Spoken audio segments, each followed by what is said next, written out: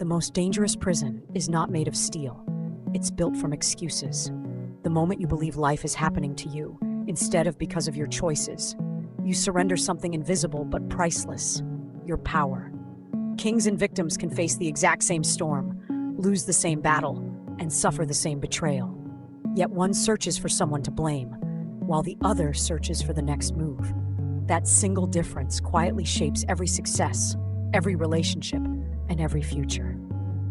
Throughout history, philosophers and strategists have noticed a pattern. The people who rise are rarely the ones with the easiest lives. They are the ones who refuse to let circumstances define their identity.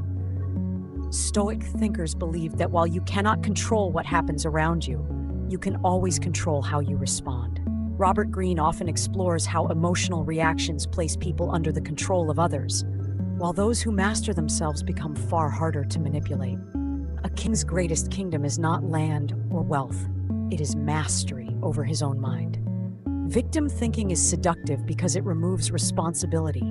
If every failure is someone else's fault, then there's no pressure to improve. It feels comforting in the moment, but becomes a trap over time.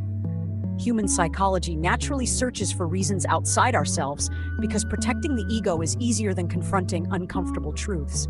We blame luck, society, family, coworkers, or timing. Sometimes those factors are real. Life is unfair, but focusing only on them hands away the only weapon you truly possess: your ability to act. This is why emotionally resilient people often appear calm under pressure. They understand that panic solves nothing. Every complaint drains energy that could have been used to build, learn, or adapt. Nietzsche challenged people to embrace struggle instead of fearing it, because growth is born through overcoming resistance. Carl Jung also believed that much of what controls us remains unconscious until we face it honestly. The fears, insecurities, and resentment we avoid often become the invisible chains that keep us feeling powerless. A king confronts those chains. A victim pretends they don't exist while blaming the world for not moving forward. Imagine two employees who are passed over for the same promotion. The first spends weeks complaining that management is biased. He tells everyone the system is unfair. His motivation disappears, and his performance slowly declines. The second feels disappointed too, but instead of staying there, he asks a difficult question: what skill did I lack?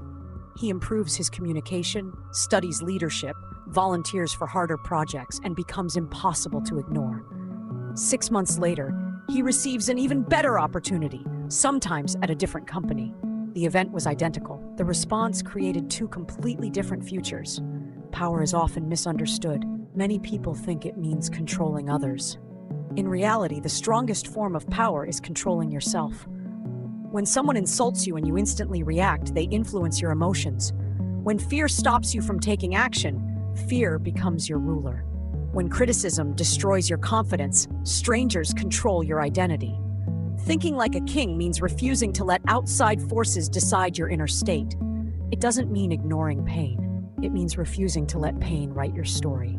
Start by replacing blame with questions. Instead of asking, "Why is this happening to me?" ask, "What can this teach me?" That single shift transforms frustration into strategy. Next, protect your emotional discipline.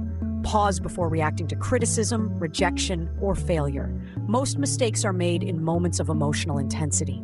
Then build competence every day.